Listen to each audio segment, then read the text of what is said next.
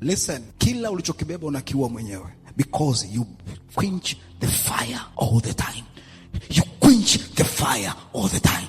Nisikilize, walokole wengi nisikilizeni, matatizo mengi yanaanza nyumbani kwenu, sio kwa sababu kuna shida. Unaweza ukapitia matatizo yote, yana focus ni moto ufe. Nisikilizeni kanisa la Bwana, devil ni very clever. Anajua how to destroy you. Anajua how to quench the Holy Spirit. Devil mission yake ni kuzimisha moto wa Roho Mtakatifu ndani. Na ndio maana ni kwa nini mtu akitenda kosa au akitenda dhambi kwenye kanisa anaanza kuwa na kosa interest hata kuongea na watumishi wa Bwana. Anaanza attitude, alafu anaanza kutafuta mazingira fulani kwamba yeye ana shida. Nisikilize watu wa Bwana. Anakuwa offended with the very minor things. Ni kwa sababu that fire, ule uwezo umezimishwa ndani. Manake hajazoea kuishi hivyo. Ndio maana all the time ana hasira na stress. Mimi naelewa. Nisikilize, ukimkutana Mkristo ana hasira tu, jua kuna vitu moto umezimwa. Yuko offended hata ukimwangalia. Kwa inamaanisha kila tunapokutana kwenye ibada, when you pray, what you receive is the fire of the Holy Ghost. Zile jiti zinakuwa active.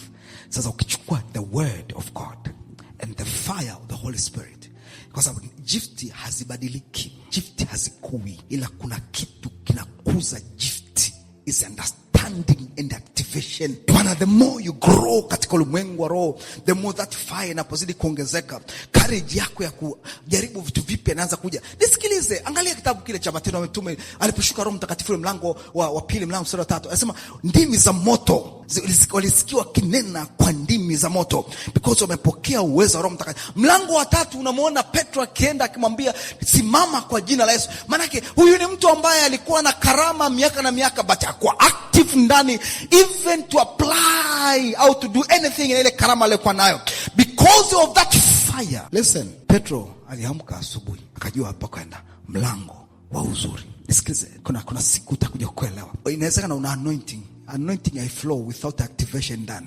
Kwa sababu anointing unaipata tu ukiwa unaomba. Activation ya Holy Ghost unaipata through maombi na character zako, the way you please God. Ukipewa moto kama mtaji, hauongezeki mpaka umeanza kumplease Bwana. Au moto unaongezeka ukutana na watu wenye huo moto, watu wa Bwana. Kwa maana unaweza kuhudhuria session ukikutana na moto, nao unatoka na moto. Dalili ya kwamba ule moto haudumu ni kiingia tu, kesho asubuhi you are empty. Do you know even how to pray? Ile kwa active kwenye maombi, you need the fire. Na dalili ya kwamba uko vizuri ni pale ambapo ukitaka kuomba, cha kwanza unachokisikia ni fire. Ukimwambia to God, you are beautiful, you are amazing, kuna moto unaosikia na utashwa, hiyo ni ishara nzuri. Maana katika ulimwengu wa roho kuna activation. You can do better than that. Kwa hiyo listen, inawezekana ndani yako that fire umeacha kuichochea. Wakristo wengi wakishafanikiwa, amepata tu 100. Mafanikio sio hela. Nisikilizeni watu wa Bwana, hizi hela mtazipata, mtazichezea, zingine mtamtolea Bwana, zingine mtakula, zingine mtafanya maendeleo, but wewe bado unamhitaji Bwana. Jisikilize watu wa Bwana, you need God, you need to love God and to die in him. Uweze kusema Mungu nitafia ndani yako ili niendelee kufanikiwa. Nisikilize, ukishaona unaanza kufanikiwa, acha kufikiria mafanikio tena kwa Bwana. Endelea kukua ndani ya Kristo. Mwambie Bwana, make me the blessing. Manake stop ask for blessing. Mwambie Mungu blessing. Mwambie make me a blessing. Kwa lugha nyingine, make me a supplier. Manake watu wote waliofanya kwenye dunia, pitisha everything kwangu. Inamaanisha I can help more people, God, you know me. I want to be a supplier. Kwa maana alimwambia nitakubariki na kufanya kuwa baraka. Alimwambia Abraham, I will make you a blessing. Ukiona bado unataka Mungu akubariki, you have a long way to go. Sasa anasema hivi, I remind you to keep alive the gift. Gift haziwezi kuwa alive without the fire of the Holy Ghost. Na gift haziwezi kufanya kazi without the anointing of the Holy Spirit. Na gift haziwezi kuwa without the understanding of the word of God. Wangapi wanafanyia kitu kazi, wanafanyia kazi, ukiona mtu amefanikiwa na alichokisoma akifanyia kazi, huyo mtu ni very smart. Kwenye maisha yako kinachofanikiwa zaidi ni kile ambacho hujakisomea. It's very funny. Ndio maana I think ni one of the president aliye kusema, I think ni Magufuli au Kikwete, anasema waziri usomewi. Nani aliye kusema kao? President Magufuli. Kwa hiyo anaweza akamchagua tu mtu wa engineer wa barabara akamfanya kuwa kwenye mifugo, kwa sababu waziri hausomewi. Yeye anaangalia ni karama za huyo mtu. Viongozi wamefanikiwa kuona karama za watu, kwamba kiongozi hakuchagui kutokana na elimu ulionayo.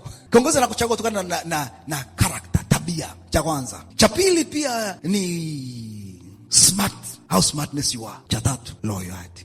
Loyal kiasi gani kwake? Uko loyal kiasi gani kwenye nchi na kwake? Kwa sababu kiongozi yote hawezi kumchagua mtu loyal kwenye nchi, kwake kwa sababu huwezi kuweka mtu ambaye huna uhakika na misimamo yake, kwa sababu unaweza kumweka kesho akaanza kukupinga wewe mwenyewe. Watu waliofanikiwa duniani, hata kaane muulize jirani, anafanya biashara vitu ambavyo hajawahi kuvisomea na wala hana elimu yake. Yeye naye amekutana navyo huko mjini, akajua tu ana karama, kwa maana anaweza akaamka asubuhi na mji ulivyokaa, kwa sababu Dar es Salaam na hii miji ufanikiwa unahitaji karama kuliko elimu. Okay, sikiliza watu wa Bwana.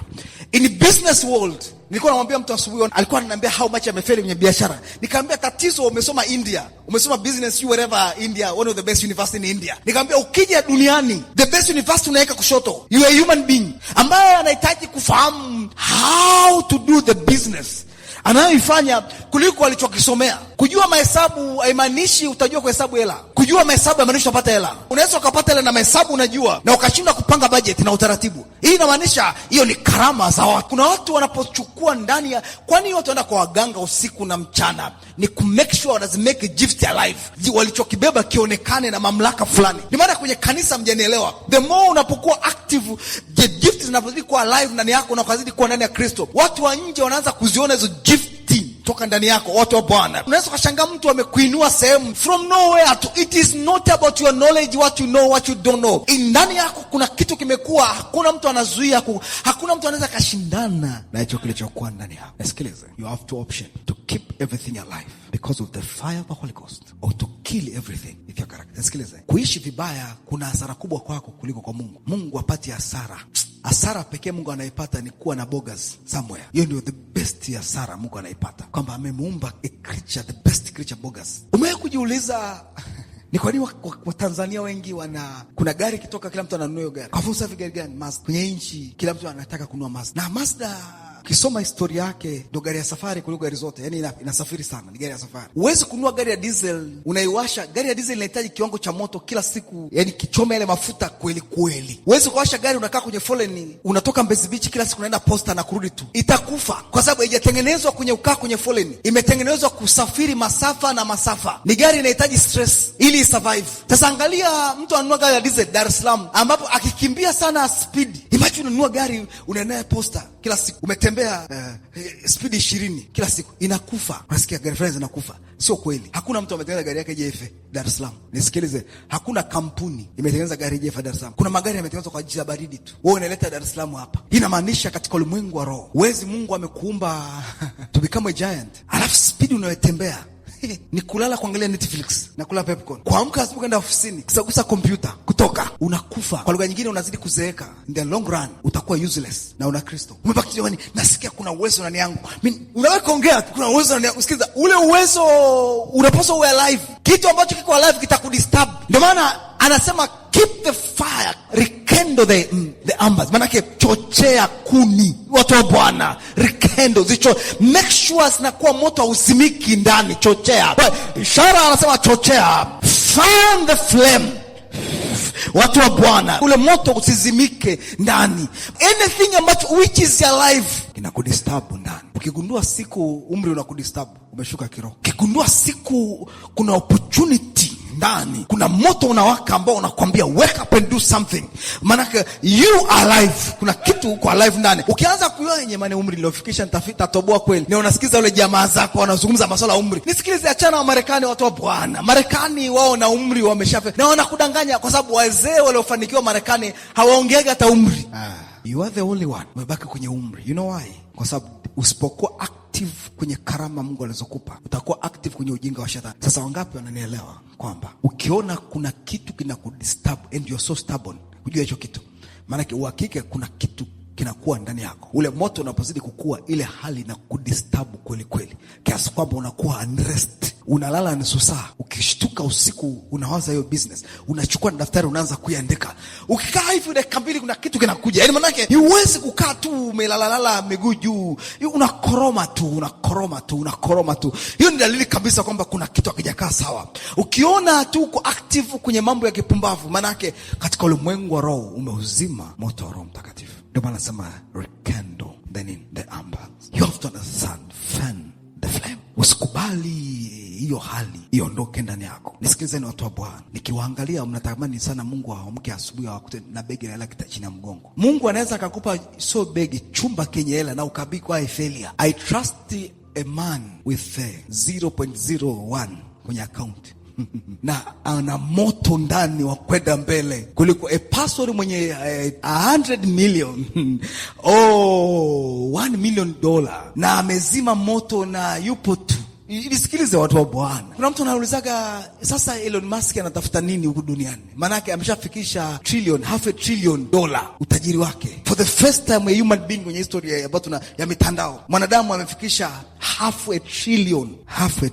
Na bado kila siku ana idea, moto unawaka huko ndani. Alafu na sasa huyu Elon Musk anatafuta nini akata ina hela zote? My friend, wale watu mambo ya hela walishachana nayo siku nyingi sana. They don't think money anymore. Wanataka kuacha legacy kwenye dunia. Wanataka kujua kila kitu. Kuna vitu vinawanyima usingizi. Na kinachonyima usingizi ni akili, mawazo yanayokuja kila siku ya namna gani ya kufanya mabadiliko kwenye dunia. Alafu na Mkristo mmoja ana milioni 10 kwenye akaunti, umwambii kitu na anatembea na mbwembwe nyingi na hana shida kabisa, unafahamu, na Kiingereza anaongea. Hii ni dalili kabisa moto umeuawa na hela. Nisikilize, ukigundua kama hivi ni milioni 50 kwenye akaunti, milioni 100 inaua moto wa Roho Mtakatifu ndani, wewe we deserve to go far, utakufa. Ndio maana mshukuru Mungu amekukangania kwenye ile eneo la milioni 50, 10, 1 imeisha. Yani manake Mungu anakusaidia usife haraka, uendelee kuishi. You are not hearing me. If the Holy Ghost cannot make you alive, money can make you alive kwenye vitu vingine. If money cannot make you alive, nonsense and bullshit in this world can make you alive. Something has to make you alive. Ask yourself, nini kinakufanya kuwa alive ndani? Do you think it's the Holy Ghost? Do you think it's the fire of the Holy Ghost? Kwa sababu you give it the fire, I'm telling you, things will pile up kwenye akili yako. You will never settle for less in this world. Kwa maana karama ndani yako. Ukisoma Biblia inazungumza, ana-empower karama ni Holy Spirit. Soma kitabu kile cha 1 Korintho 12:7. Amezungumza such a thing. Anasema hivi, lakini kila mmoja upewa ufunuo na Roho kwa kufaidiana. Maana mtu mmoja kwa Roho upewa neno la hekima, na mwingine neno la maarifa, apendavyo Roho yule. Apendavyo Roho yule. Ukisoma Biblia anasema hivi, the one is given and through what? The Holy Spirit, the power to speak a message of wisdom and another the power to express a word of knowledge and understanding according to the same Holy. I love these things. According to the same Holy Spirit. Mwingine imani. Nisikilize, kuna imani unaipata kwa kusoma maandiko. Hii ni tofauti kidogo. Hii ni spirit of faith. Tunaita a dominion spirit. Yani manake it's the faith imekuwa mpaka deserve to be a gift. Ujakuta na mtu ambaye imani yake sio ya kawaida. Nikiwaangalia hapa katikati yenu kuna mtu ana imani kubwa kuliko wote, na sio mtu anayemtegemea, ni mwanamke. Na wala nyinyi hamtegemei mtu ana imani, na wala mwenyewe hajui ana imani. The spirit of faith. Since nilikutana naye niligundua anayo. Since yuko. Do you know? Yani huyu ni mtu ametembea na Mungu bila kujua kama anatembea na Mungu deeper. Ni mtu ambaye kuna mazingira ambayo angesema naweza nikaishia hapa, lakini always anatafuta solution na anatafuta amani. Do you know you need the spirit of faith? Yenyewe haitakaki shida, inataka mazingira yawe resolved. Haijalishi yako ugly kiasi gani. That's the spirit of faith. Ukigundua mtu ana spirit of faith, amesikia tu neno ikajenga imani. Kitu kidogo tu nakulia, Yesu njoo na malaika zako ututoe hapa. Yesu usimwache na Gabriel kwa kampani. Sio unaelewa kusema. Njoo na jeshi lote la mbinguni kina Mikaeli. Hii shida haitaji kwa resolve na Yesu. Yesu, you're not enough here. Yule malaika alimsaidia Daniel na mhitaji. Kuna watu wana imani, anapigwa na kitu lizito, linamyumbisha anguke, anainuka. Anapigwa upande anaenda paka anainuka. Kuna watu mimi na matatizo nayapitia, nikasema kuna mtu mmoja mimi mwenyewe ananiinspire, namwambiaga you make my faith to be strong when whatever nikikusikia. Yani naambia you are the one unanifanya imani yangu kuwa strong as a man of God kila napokusikia. Because that person, that family wamepigwa na kila disaster wanazojua duniani zote, ambazo mimi wakinipigia simu wakiniambia kuna hii hapa, naambia sasa, na mimi naanza kama mtumishi wa Mungu naanza kupata stress. Sasa ninawaambia nini? Alafu wenyewe wananiambia cha kuwaambia. Do you know such a people? Wanakuambia mtumishi wa Mungu usiogope, ni Mungu anatupitisha, wewe tusaidie tunavyoweza. Wow, watu wewe unategemea sasa watafute namna ya kuwafariji. Wenyewe wanakufariji pia kwanza. Wanakufariji usije ukaumia na hiyo situation yao. I have such a big respect kwa watu. Kuna siku alipata disaster kubwa. Yaani mimi nikaijua bila wao kujua, mimi najua. Kwa mimi nikampigia baba, ni mtu mzima kidogo, my good friend. Niwahi kuwaunganisha ndoa yao. Waliachana wakiwa wanatoka. Kwa mimi nikutana na mzee mara kwanza, nikamwambia mzee, ndoa yako inaweza karudi. Kaniambia tumeachana na mama yako siku nyingi. Kaniambia kauli kabisa. Nikamwambia sijui hata namna inarudishaje ndoa. Nikamwambia itarudi. That's a spirit of faith. Nikamwambia nipe namba ya mama. Nilikuwa on fire. Kwa nikakutana, nikamwambia, nikamueleza, nikampachika na mikono. Usifanye mchezo. Akarudi, ndoa ikarudi. Kwa wale ambao mfahamu, kuna watu wawili walita, Mungu aliwahi kuniambia very wise. Kuna familia moja nilitatua ndoa yao, ilikuwa very critical kwa miaka 10. Kaniambia you are such a young man but you are very wise. Mara kwanza. Mara pili ni watu, umeweza kutatua ndoa yetu mtoto, wewe ni mtoto wetu. Nikamwambia mtoto na karama. Ukiniuliza huwa navoazaga vitu sometimes na njia sina.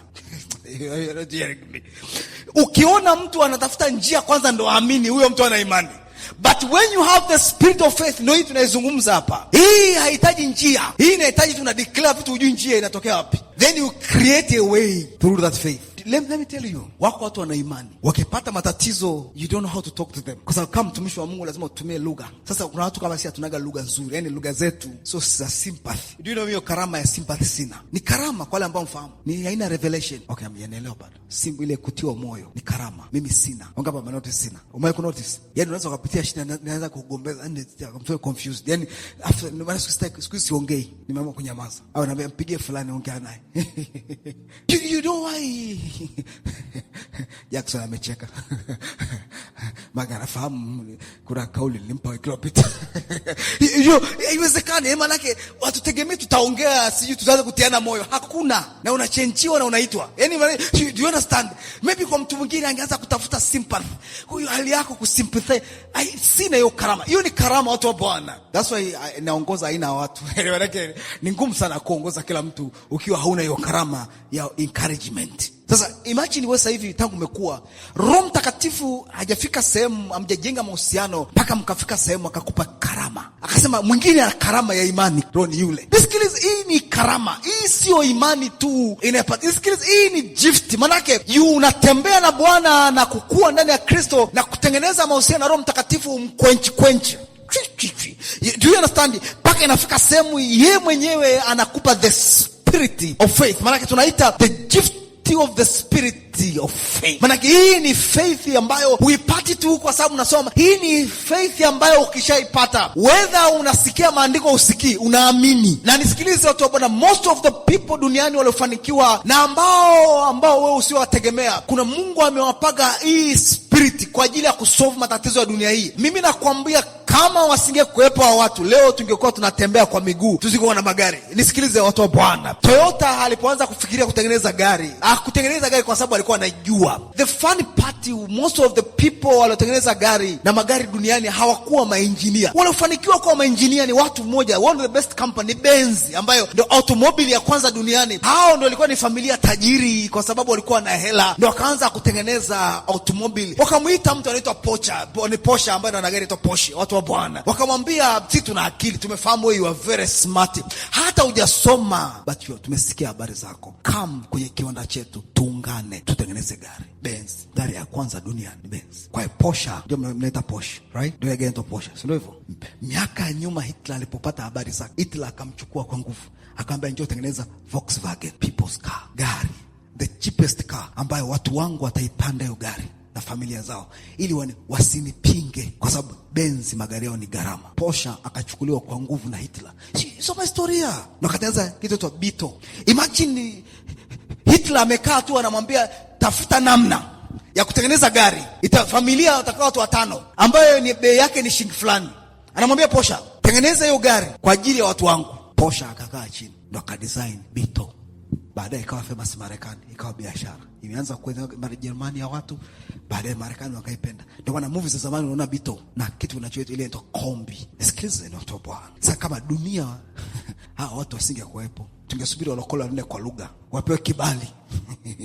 Hiyo process ni ndefu watu wa Bwana. Kibali roho wape, TRA wape, OSHA, sijui TBS. Hivi bali ni vingi nchi kwa maana. Do you think Tanzania tutapata wapi mtu anatengeneza magari ndani ya kanisa la Bwana? yuko anatafuta Mungu ampe mtaji. Hakuna mtaji wa kutengeneza gari, hakuna kampuni iliyowekwa na mtaji wa kutengeneza gari. Ni watu walikuwa na mawazo, wanauza mawazo yao kwenye maeneo maalum. Nisikilize, mara ngapi wewe kusikia unaambiwa andika idea yako tukupe mtaji, hela yako mashirika kibao, kwa sababu wanajua kuna watu wana mitaji, wana akili, lakini hawajui kuzitumia, hazipo alive. Nikikuangalia, do you know why una karama?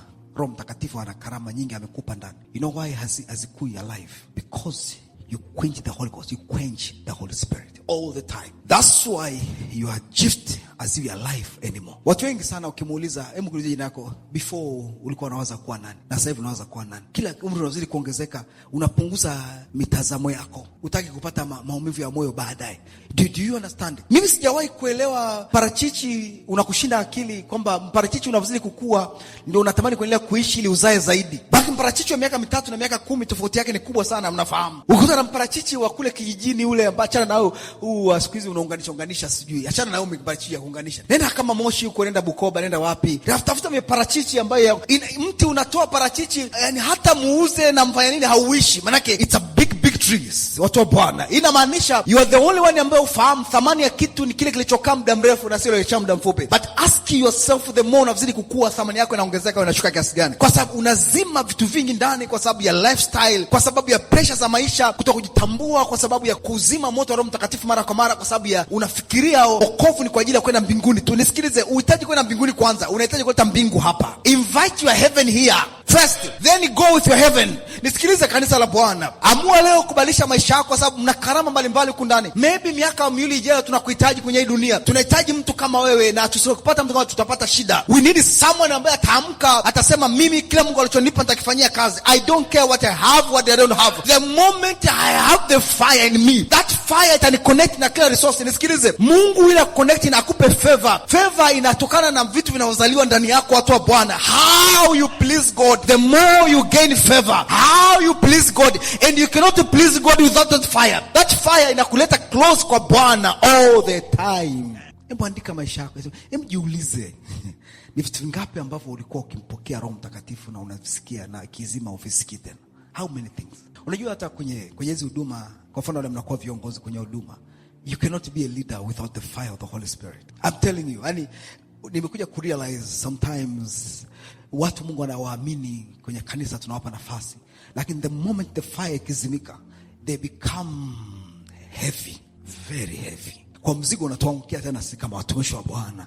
Kwa hiyo we need to push yourself. Nisikilize, kurani watu wawili watatu, kuongoza watu watatu ni kitu kigumu sana kuliko unavyodhani. Tena watu waliokuwa ni afadhali watoto nyumbani, kwa sababu watoto unajua you control them. Ukiwaambia kuna TV saa 4 hakuna TV, you know those watoto wako, na unajua baba atatandika, watalala. But leading people is not a job. Kila siku tukiamkaga tunasema, God, I am grateful.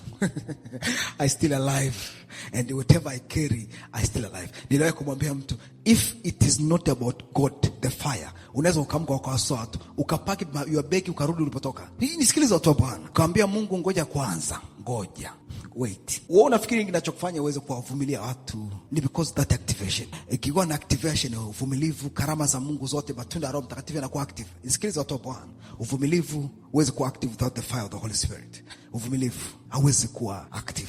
Ndio maana huwezi upendo, love. Achana love yako ya love you too. Achana, forget about that. I love you too.